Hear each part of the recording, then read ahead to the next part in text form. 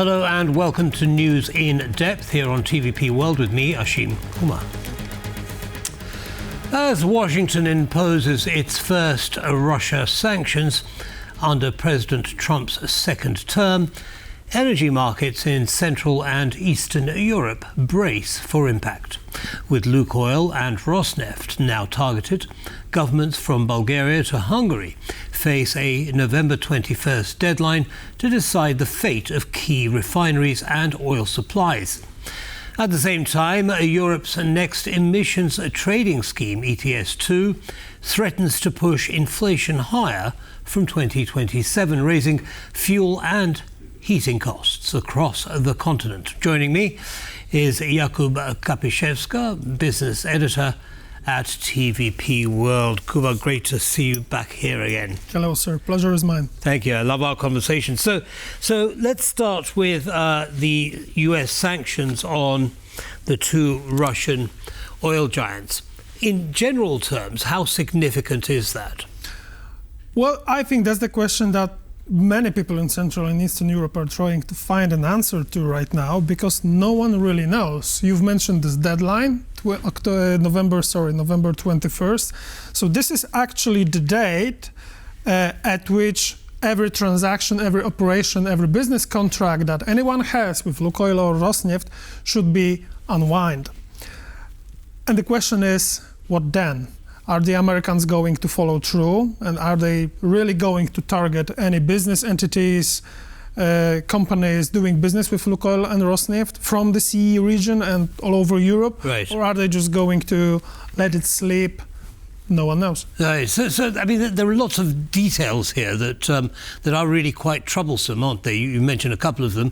One of them, of course, is that Lukoil has some refineries in Central and Eastern Europe. Exactly. Lukoil has vested interest in Central and Eastern Europe.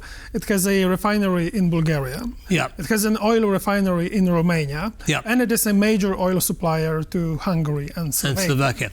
So hold on one second, because there's a short video clip I'd like to share with you in the audience, and I'll get your view on it. Will it be possible to sell the refineries in Bulgaria and Romania? If yes, it definitely won't be at an attractive price, and any potential buyer would probably purchase those shares at a significant discount. If Washington does turn a blind eye and doesn't enforce sanctions it imposed, then there won't be an issue. But if it does enforce them strictly, I think both capitals will have a serious problem keeping that oil flowing. Okay, so, I mean, there are a number of issues just in that short clip. The first is, will America actually enforce the sanctions, which we'll come to in a minute? But the other one is, what's Bulgaria going to do with this oil refinery? Are they going to try and sell it? And can they sell it? I mean, after all, it doesn't belong to them. Yeah, absolutely. Right? So, absolutely. You know, what's the issue there? So we have many problems in one package, which we have to unpack a little bit. So there is this refinery, and unfortunately it supplies the whole country with gasoline and diesel and so on. So it's a strategic infrastructure. And we already have seen other European countries, after the start of the full-scale invasion, introducing legislation which allows you to take over Russian assets and Russian businesses if they are connected by any way to Russian companies that have been sanctioned. So we had cases like this in Poland, for example. These weren't like a huge cases because the companies involved weren't major operators in Poland, but we had cases like that. Government stepped in and said, listen guys, we are taking your stuff away. We have relevant legislation which allows us to do it because you started the war in Ukraine. A similar case in Germany and many other countries. So I think what they need to do, if they were to sell it, they would need to introduce legislation, but only if they needed to force Lukoil's hand, because maybe Lukoil will just divest those refineries by itself, which we don't know because companies' representatives aren't speaking on record. There was a very interesting piece on Politico.eu in which Politico managed to get one of Lukoil's executives, but off the record, and he said that they will probably have to sell.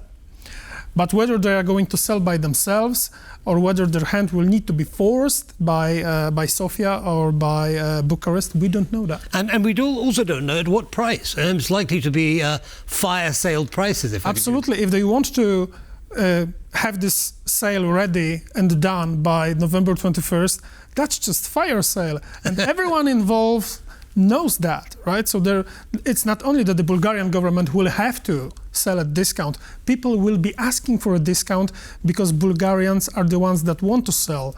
Right. No one else is looking for this asset. Right. Right. So what happens if Bulgaria doesn't manage to sell it? Will it be then subject to secondary sanctions? That's a very good question.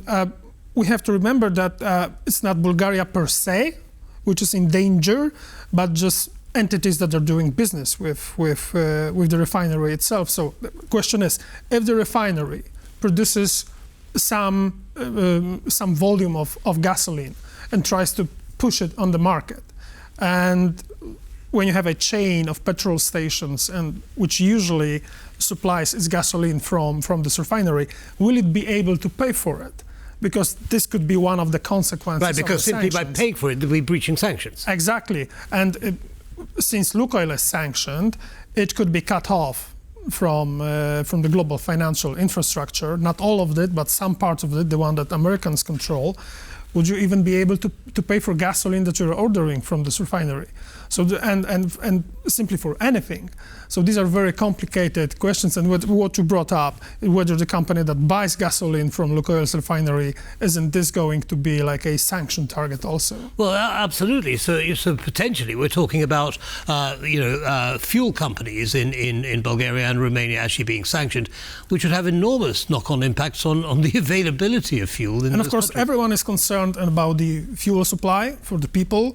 We had Bulgarian politicians already today commenting that the fuel supply is safe, nothing is going to change. People of Bulgaria are not in for some price hikes because there was a big parliamentary debate today about this issue, about a specific issue, and they were talking about how to proceed and which relevant legislation to introduce, what we talked a second ago. And I guess the same comments come from any other government in Central and Eastern Europe that we're going to be fine. Nothing's going to calm the population. To calm down, right? Yeah. However, the risk is there, and it's a real risk. Well, it may not be a major issue right now, but it may well be on the 22nd of November. Exactly. After that. Exactly. So you also mentioned. I mean, the European Union has agreed on their 19th set of sanctions on Russia. But they've, quite interestingly, they've excluded sanctions on particular oil companies like Lukoil and Rosneft. Is it because these companies have interests in Europe and they know the impact it would have? Exactly. That's the problem. Where European Union, of course, in some sense, wages an economic war against Russia because we've done a lot to diminish what Russians are earning from selling us their energy. However, not everything can be done at once, and you have countries in Central and Eastern Europe that very much rely on Russian energy still. We wouldn't like them to rely as much by this stage of the war, because this is the fourth year, and those guys had a lot of time to find other sources of oil and natural gas and so on. However, the situation as it is that there are still people buying Russian oil. And of course, you can slap sanctions at them, and you can turn off the taps, but at the end of the day, it's the ordinary people who suffer. So the European Union doesn't want to be put in a position where it imposes its will, even it's a will of like the majority of member states, and because of that will, an ordinary Slovakian or ordinary Hungarian person will suffer. Right. So that's kind of a bind, right? Yeah. So there was this comment I saw today on somewhere on Twitter or other social media that Americans finally managed to do what Europe hasn't been able to do for the past 4 years: root out Russian energy from Europe, finally. Right. Well, I mean, before we move on, there is one other thing. So what does this mean for Hungary and Slovakia? Because you mentioned earlier that they're getting direct oil supplies from Russia. Where does it leave them? Exactly. And it's a completely different problem, because those guys, they have to sell infrastructure that's already in place. But these people have contracts Hungary and Slovakia. Yeah, exactly. Hungary and Slovakia. So a totally different kind of a problem. And we already had Viktor Orban today on one of the radio stations in Hungary saying we are looking for solutions to bypass those sanctions, right? And the crux is in the details. What exactly can he do it? I would like to bring up a problem that cropped up over a year ago when Ukrainians slapped sanctions on Lukoil, and suddenly Hungary found itself at a problem because those sanctions meant that Lukoil's oil cannot pass through a pipeline via Ukraine. They found a very clever legal solution by which Hungary becomes the sole owner of the Russian crude at the Russian-Ukrainian border.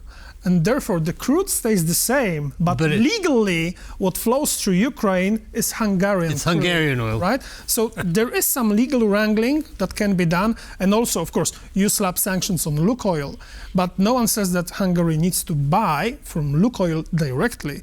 They can buy from company XYZ, which is a subsidiary of company ABC, which itself buys from DEF, and DEF buys from Lukoil. So by introducing these intermediaries, potentially, this is one of the ways those sanctions can be bypassed. And Slovaks, for example, they are talking about a more direct route. They just want to go to Washington and ask for ask to be excluded from those sanctions, for them to be an exemption. And we've seen cases like this. So when Americans slapped sanctions on Serbian oil refinery NIS, those sanctions, NIS has been exempted 7 times in a row from those sanctions.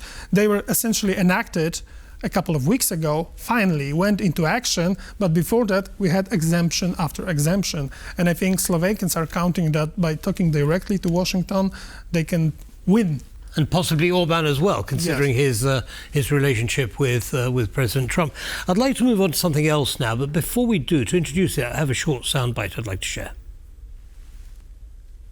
So it's all very wobbly, and in many ways it remains to be seen whether those sanctions will really be enacted. From my perspective, I'm pouring some water into this wine. I mean, I have read all these coverage on welcoming the sanctions on Rosneft and Lukoil and how great that would be. So here's the big question. Here's the Central and Eastern Europe, going completely bananas about what to do about these US sanctions, but we're not even sure that President Trump will enforce them. That's the problem, exactly. No one knows. No one knows for sure. And this was a soundbite from an excellent interview from our yesterday's main edition, in which Gerlinde Nichus said that she was following very closely how Trump administration approaches the sanction regime, and she says that they weren't very strictly following like the sanctions slapped on Russia and Russian-related entities by the Biden administration. So there you go. This is the most fundamental risk with it. It is seen as a win, as a turnaround for Trump's administration, but the devil is in the details. Are you actually going to follow through on this threat? That's the big question. Well, as it always is, the devil is in the detail, and with President Trump, of course, it's very difficult to predict what's going to happen. And on top of that, how will it be enforced? Specifically. So, for example, with the shadow fleet and so on. Unfortunately, we're running short on time. There is one other area I want to talk about, and that also I have a soundbite for. I'm well prepared today. I've got 3 of them, so I think there should be one coming up right now. This is a very serious, positive step in the very difficult work of repairing what our partners in Europe and our predecessors have previously damaged. So that was Prime Minister Tusk of Poland. What was he talking about? Well, he was speaking about his success after yesterday's European Council, so a gathering of the heads of government of member states. And this success is a language being included in the conclusions after the summit, because if our viewers don't know that, I would like to address them directly. We have European Council summits in Europe, and they are finished with conclusions, and these conclusions are a set of directives the heads of European governments have for the EU executive, so the European Commission. So this language says, listen guys, you need to rethink how all this ETS2 system works. What's ETS2? And exactly, ETS is the European Trading Scheme. So this is basically a carbon tax that has been introduced way back, 20 years prior, in 2005. But it has been introduced only for electricity production and heavy industry. Right. ETS2 is an extension of that, and it's going to involve and cover also transportation and housing. And this means paying for the consumers. So tax on emissions, essentially. Essentially, that's what it is. Broadening the scope of it. Yes, yes. So why is Prime Minister Tusk happy? Well, he's happy because this specific language says, listen, guys, European Commission, you need to rethink this. We need to postpone this. We need to introduce it more gradually. That was previously agreed. Mainly because this is going to involve a lot of pain for consumers. I've seen some reports saying that, for example, prices of fuel will go up by 10 euro cents per liter, and that's a lot in Polish terms. And if you're heating your home with hard coal, unfortunately many people in Poland still do, 20% of households, this may mean your heating prices will go up by 50%. So this pushes a lot of people. 50%? 50%, exactly. Because this tax depends on how much the source of heat emits carbon dioxide into the atmosphere. So all the population already plays and has some place in ETS, because if you're using electricity in Poland or any other European country, you already pay cost of the ETS, but we got used to it. And this is the new stuff. And we just barely finished a period of high inflation, which was induced by high energy prices. Right. Memory of that is still very vivid. Exactly, it's still very fresh. Yeah. So the Polish government would like to not to have this problem in 2027, just before the elections. Warsaw doesn't want Polish consumer to be hit with those. So the idea is to postpone the introduction of the system by 3 years and introduce some extra mechanism that will water it down even more. But that's up for the Commission to propose now. Okay. Right, so just very briefly, now there is a social fund available, isn't there, from the EU to soften the blow of increased energy prices. How does that work, and is Poland benefiting from it? Absolutely, we are going to be the biggest beneficiary. It's going to be funded with the money that are going to be collected from the ETS2 scheme. Mm-hmm. And basically what this money is for is to safeguard consumers and businesses which will be most directly impacted by the introduction of the ETS2 system. For example, by giving them cash to find a new source of heating in their homes. Okay. But even though we have this financial pillow, so to speak, it's always that making those funds actually work for those people just takes some time, because there is paperwork involved, right? Well, of course, it's the EU. Exactly. There's going to be a lot of paperwork involved. Yeah. Then you need to secure some permits. Then you need to find a specialist that will actually install the thing in your house. So it always takes some time. By postponing the implementation of the ETS2 and at the same time, by using funds from this financial pillow, it just gives more time for consumers to prepare for the inevitable. Because ETS2... It is inevitable. It is inevitable, because ETS2 will be part of Europeans' everyday lives at some point in the future. It depends how we actually introduce it. Right, so is this simply part of the, I say simply, is this part of the net zero strategy that the EU has to... Well, this is a very big part of Europe's decarbonization strategy, not essentially net zero. You don't hear this phrase very often these times, but it is a very essential part, and right. Actually we are saying that ETS2 consumers are going to bear the brunt of it, whatever. However, ETS, the original ETS, is being credited as the most consequential and most effective climate policy tool ever introduced. Wow. And we agree with that, because it single-handedly lowered European emissions by 20%. Unfortunately, we're going to have to stop it there. So much more to talk about, as always. But thank you again for taking the time. Thank you very much, sir. And that brings us to the end of this episode of News in Depth. Don't go away, though. Lots more coming up. Goodbye.